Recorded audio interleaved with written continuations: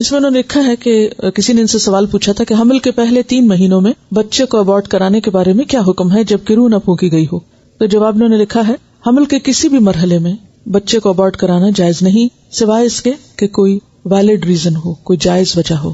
حمل کے پہلے 40 دن میں اگر اس کو کسی وجہ سے گرانا پڑے، یعنی کسی ویلڈ ریزن کی وجہ سے گرانا پڑے تو جائز ہے، مگر اس مرحلے میں صرف اس خوف سے گرانا، اب یہ بہت غور سے سننے کی بات ہے کہ یہ نہیں کہ any one can do that کہ 40 دن ابھی نہیں گزرے تو چلو کام ختم کریں. صرف اس خوف سے گرانا کہ اس بچے کو پالنا پوسنا اور تربیت وغیرہ پر بہت خرچہ یا مشکل ہوگا تو یہ کسی بھی طور پہ جائز نہیں، یعنی یہ ویلڈ ریزنز نہیں ہے. اس کے ساتھ ساتھ مستقبل کے خوف اور یہ خوف کہ ہمارے پہلے ہی بہت بچے ہیں، یہ بھی جائز وجوہات نہیں. تو پہلے 40 ڈیز کے بارے میں تو یہ ہے کہ جب تک کوئی ویلڈ ریزن نہ ہو تو ایون پہلے 40 ڈیز میں بھی ابورٹ نہیں کرا سکتے. حمل کو علقہ یا مضغہ کے مرحلے میں، یعنی اگر اگلے جو 40 ڈیز ہیں اور اس کے بعد کے، اس کے مرحلے میں بھی اس کو گرانا صحیح نہیں سوائے اس کے کہ ماں کی صحت کو خطرہ ہو، یعنی اگر ماں کی جان کو خطرہ ہو.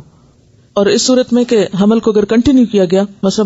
بعض خواتین کا BP بہت ہائی ہوتا ہے اور پریگنینسی میں وہ اور زیادہ بڑھ جاتا ہے، تو ایسے میں ماں کی جان کو خطرہ ہو سکتا ہے، تو اس صورت میں صرف جائز ہو سکتا ہے. جبکہ دوسرے تمام طریقے جان بچانے کے لیے استعمال کیے جا چکے ہیں، ہر طرح کا علاج ہو چکا ہو، ہر طرح کے پریکاشنز لیے جا چکے ہوں کہ ماں کی جان کو خطرہ نہ ہو، لیکن اگر پھر بھی ماں رسک پر ہے یا ڈینجر میں ہے، یعنی اس کی لائف جو ہے، تو اس صورت میں پھر اس مرحلے پر ابورٹ ہو سکتا ہے، ادروائز نہیں.